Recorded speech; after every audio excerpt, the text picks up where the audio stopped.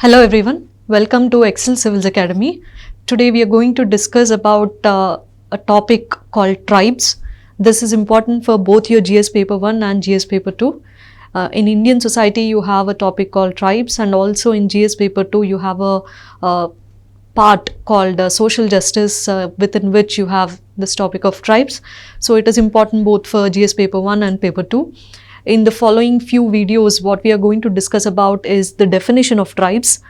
Then later we will discuss regarding the colonial policies towards tribes and how did they change over a period of time, and what are the policies which Indian government adopted post-independence.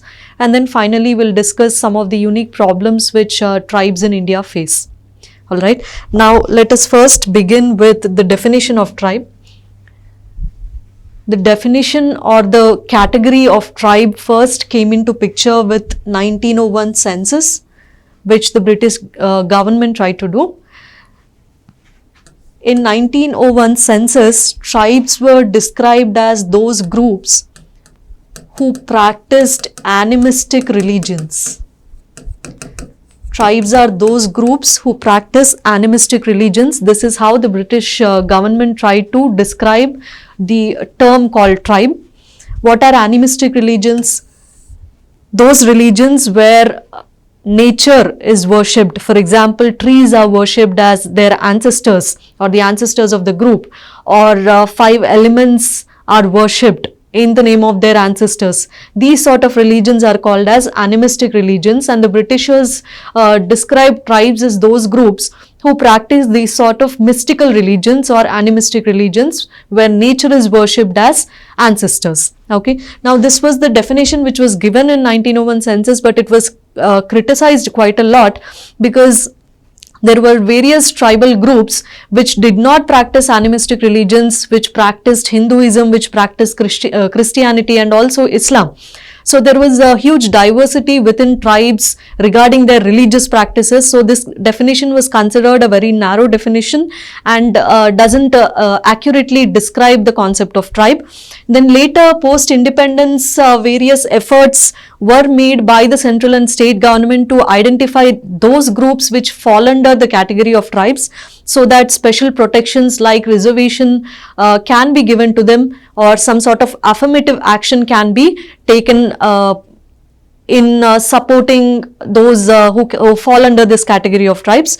So this definition post-independence was not in terms of one single characteristic. Various state governments had given or contributed to identify those categories which fall under the tribe using various features, first of which is the physical and cultural isolation of a group. Physical and cultural isolation of a group, or the extent of physical and cultural isolation.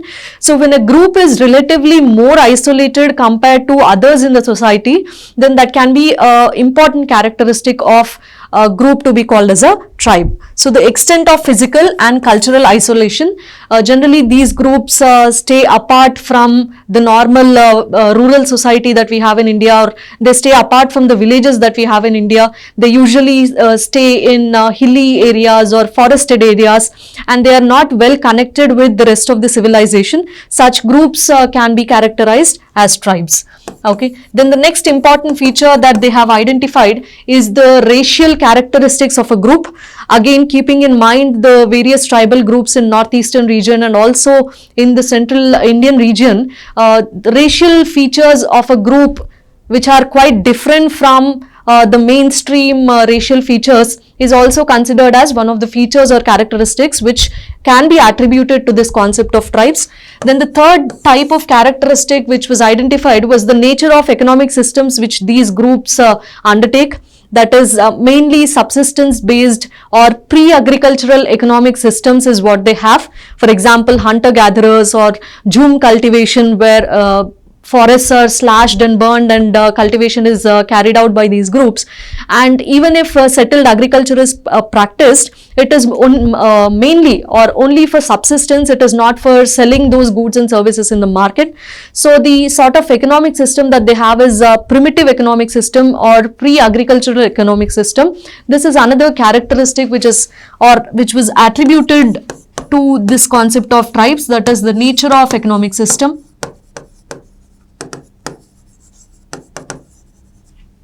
Alright, then the next characteristic which was attributed was the linguistic features or linguistic practices of these tribes, which are again quite different from the languages of the mainland Indians or languages of mainstream civilization. This language which the tribes follow is quite different from that. Alright, this is another feature which was identified. Then the next feature is the religious characteristics or features which these tribes follow. Generally, tribes are considered, or they follow the animistic or the mystical religions that we have in India. For example, Sarnaism is a religion which is followed by Central Indian tribes, where sacred groves in a forest are worshipped in the name of the ancestors of the tribe. Okay, so this is another feature which was identified post-independence: physical and geographical isolation, cultural isolation, the racial features or characteristics of a group, the nature of economic system that they follow, the linguistic practices and the religious practices of a tribe. And another feature which was identified was the homogeneity which is present in tribes. They do not generally have heterogeneous cultures within one single tribe. The culture is homogeneous and it lacks any form of stratification or hierarchy which we find in normal Hindu caste system. In Hindu caste system, you have a strict hierarchy between various groups. You have this feature of inequality in Hindu caste system, which is lacking in tribes. These are the features which were identified post-independence to identify all those groups which fall under this category of tribes, so that special protections can be given. So what you have to understand there is no one single definition of tribe. There are certain features which are generally attributed to tribes, and a single tribe may not have all these features, but most often what we find is these features that we have identified can be seen in various tribes in India. And please also remember that tribe is not one single homogeneous entity. There are a lot of diversity within various tribal groups in India. Some may not follow religious, animistic religious practices. You may find that some tribes follow actually Hinduism or Christianity, and not every tribe has this primitive economic system. Some tribes actually follow or practice settled agriculture. So there is a lot of intra-tribal diversity also. Please remember that all these features may not be found in one single tribe.